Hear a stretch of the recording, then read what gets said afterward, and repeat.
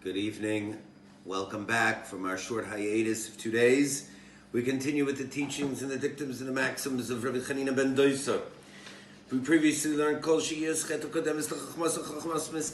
anybody whose fear of sin precedes his wisdom will endure. And anybody whose wisdom comes before his fear of sin, his wisdom will not endure. Comes along Rabbi Chanina ben Doisa. Some separate this Mishnah, some include this Mishnah in the previous Mishnah and the next Mishnah, which we will learn tomorrow night. But this Mishnah, he comes along and says the following: He used to say, anybody whose deeds exceed his wisdom or are greater than his wisdom, his wisdom will endure. And anybody whose wisdom is greater than his actions, his wisdom will not endure. So my father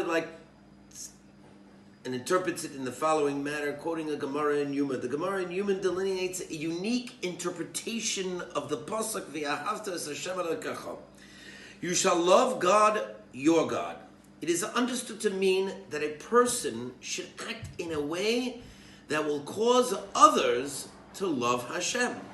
Thus, if a person learns Torah, gives honor to scholars, speaks in a gracious and kindly manner, is honest in business and in personal relationships, people, the Hamonam in general, will laud this individual.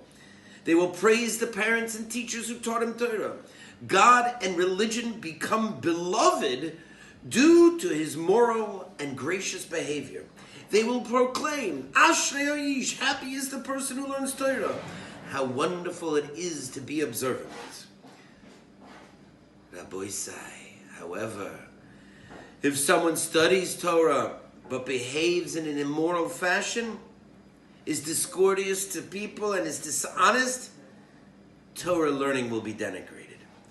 According to this interpretation, comes along Rabbi Epstein in Baruch She'amar in his famous commentary on Pirkei Avot, and he says, this is the meaning of this statement, Kol Shema'asav Merubin Mechamos.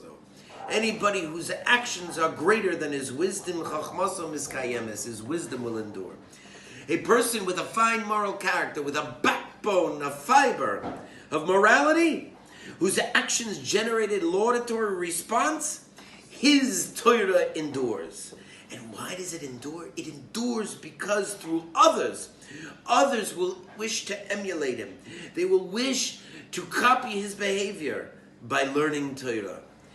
And when something is emulated by others, when others praise a person of learning and stature in Torah through his actions and his learning, then every deed that he does is lived on in somebody else. Thus it says in Avos de Rabbi Nosson the following: Adam sheyesh bo ma'asim tovim, a person who has good deeds. V'lomad Torah harbe, and he learned a lot of Torah. Lemahu dome, to what is he comparable?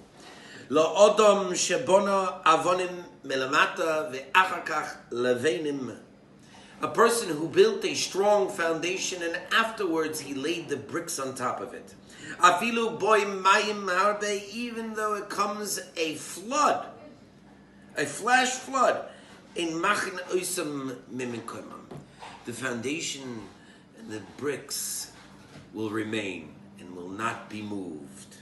Just like Rav Chanina ben Doisa in our Mishnah, Miskayemes, Chachmaso Miskayemes, his wisdom will endure if it's accompanied by Maisim Torah.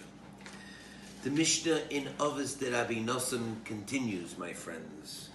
V'odam she'ein boi Maisim Tovim, and a man that has no good deeds. V'lomad Torah harbe, but he learned a lot of Torah. Lemahu dome, to what is he comparable? La'adam shebona levenim tchila, a person who builds the bricks first. V'achar kach avonim, and then attempts to insert underneath the foundation.